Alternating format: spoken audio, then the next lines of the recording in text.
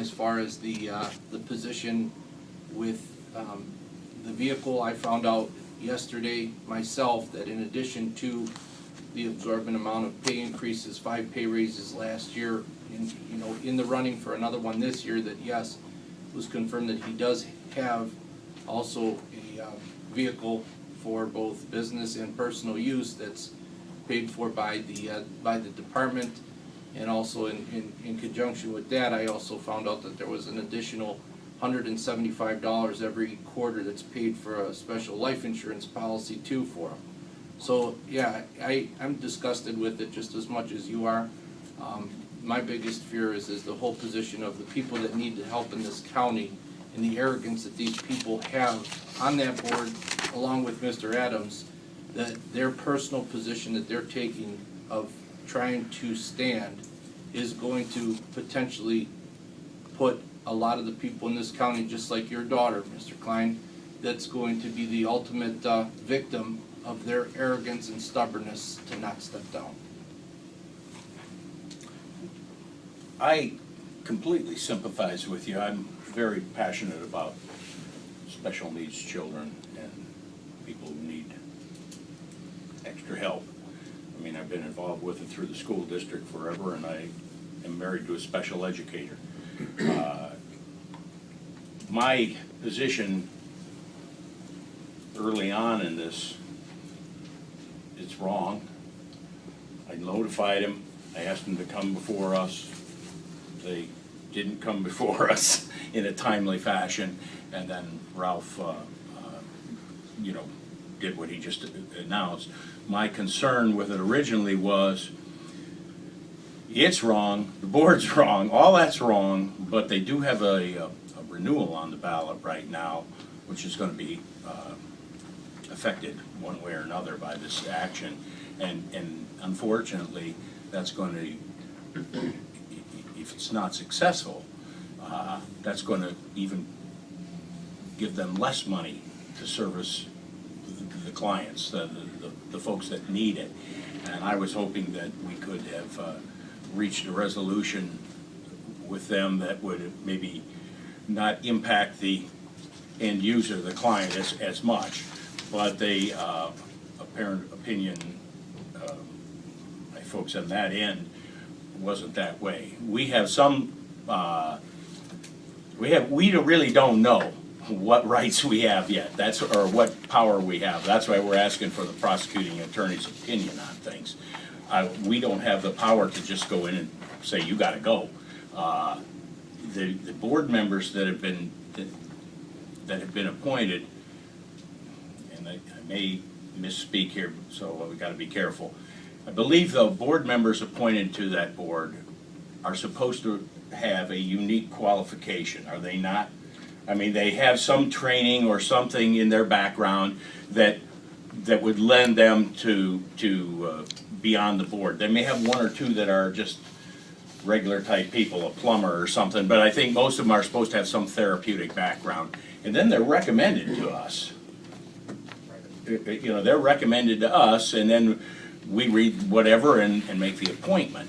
So, yes, the buck stops here, and trust me, something will be done.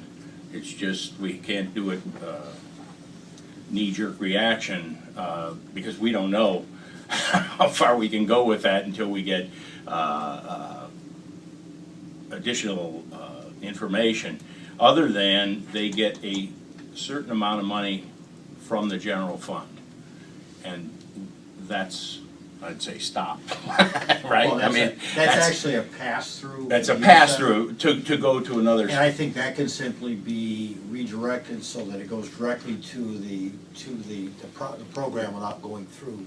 Yeah, instead of us giving it to somebody to give to somebody, right. we'll just probably, if it's legal, we'll just give it to the end user directly without, and I don't know if they take a management fee or if they take I don't know. We don't believe they do. Okay. Heidi looked at, the ledger, and we don't believe they do. We believe they pass it directly through without any handling charge or, okay. And those dollars are basically the youth home is what that funds. That's right, for the youth center, right. We could do it directly to the youth home, and Yeah. no. Well, no Ravenwood is services. providing the employees for the Correct. oversight, so that's who would get Well, it. it used to be in the arms of the judge before, Mhm. so we could put it back there. Well, I think they wanted some separation between the court that was placing kids in that facility and the oversight. That's why they originally did it. And Ravenwood's been managing it, and, you know, I think, you know, in general, they've And been successful. I had an opportunity to speak to Judge Grindell also, that I think that this is also going to give a new time for some Other other ideas. issues that have to be brought up.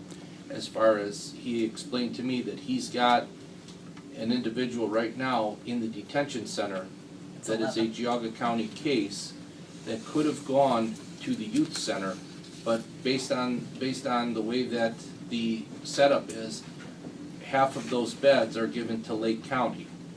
So we can't even house our own Geauga County youths in Geauga County, and the judge basically, his hand is forced to put them in a, you know, next level style facility. And the other concern that the judge also explained to me is that it's another unfortunate situation with the Lake County youths that are there, is that they are bringing on a lot of bad examples because of the level of some of the behaviors and the crimes and everything else that go along with some of the youths that are being instilled into that youth center from Lake County, that now all of a sudden are building a relationship with the youths from Geauga County, and basically to try to deter and to rehabilitate an individual. What you're basically doing is you're allowing that individual now to Creating a network training. with crime, I builds think- more Right, crime. think instead the of rationale- rehabilitation, it's now becoming a Right. training I mean, the center. rationale on that was initially, back when Judge Henry recommended the shift over. Yes, There was many times that the youth center had a very low population count. right. And of course, this is money coming out of our general fund, and at the time, the thought was, if it's not fully utilized, we have out-of-county youth in there to fully utilize it, and the county would be provided with money to offset the costs of maintaining the building, because it's still your building. Right. We still have to maintain the outside envelope. So the original idea was to help offset costs. Now, if the judge is saying the need has grown, and there's these other issues that are causing problems, then obviously that can be changed. Well, You were here, I'm gonna make an assumption that we're getting compensated, can right? I say anything? Yeah, no, I'm sorry, but okay. we get compensated for the At a higher rate for the beds, out-of-town. right? Okay, okay, But that's if we all. need them for our own Mhm. kids, then I Right. think that's what we I thought. also talked quite extensively with the judge about this issue, so he has some ideas on how to change it, and I think we should listen to him. But I will say this, mental health and issues are a serious thing in this county. There is nothing more poignant and devastating than mental illness. I would hate to see this levy go down. In the case of the compensation, I found that egregious, I found it outrageous. The more I looked into it, the worse it looked. And for someone to come forth and say, well, now I'm going to bring my salary back down to these lower levels, I think it's late in the game. You had to know that this levy was coming up. 6 months ago, we're talking 13, when all of this started to happen, it just unfolded like a nightmare that none of us would ever anticipate doing. We asked our people who worked for us, and there's like 910 on this list of where the payroll lies, and you can see who makes the most and who makes the least. There's 910 on this, and all they would have had to have done is take a look at that. And when you're giving someone a raise that almost looked like 45%, and then when when someone finds it out, then you say, oh, well, I'll roll it back. I think it's late in the game, I really do. And I think we're losing the faith and goodwill of the people of Geauga who have come out repeatedly and voted for this levy. Last year, when this levy was on before, they wanted to put an additional levy, and we asked them and requested that they split it. Because we felt, okay, if this is a renewal, let the people know that. If this is new, let them know that. And that's what we did. The renewal passed, but the additional did not pass, which we felt that gave the people of Geauga a fair look. But right now, we have a serious problem, and I have to stand with my commissioners on this.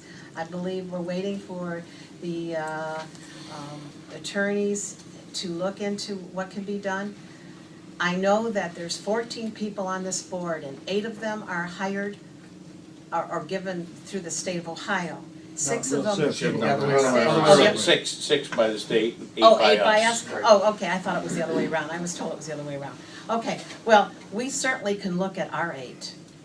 And we can make, you know, if these folks are not looking at salaries the way they should be, then I think we need to ask for the Well, you know, resignation. the state specifies that you want certain credentials on the board, but absent from all that is any kind of However, financial I was told that there expertise. has to be 2 individuals, and if this is wrong, tell me. I was told that 2 individuals have to be part of the operation, you know, who are getting help by mental health. So, you know, that, am I wrong about that? No, I don't know. Just one more thing on that. Is there some way that the auditor's office can let the Could. commissioners know, because this came from the auditor's office, they knew about the raises, why wouldn't they tell the I commissioners? think we found out about it when they wanted the additional appropriation, which we said no. Well, and I hear what you're saying, Yeah. my point is, 33.55 for the CEO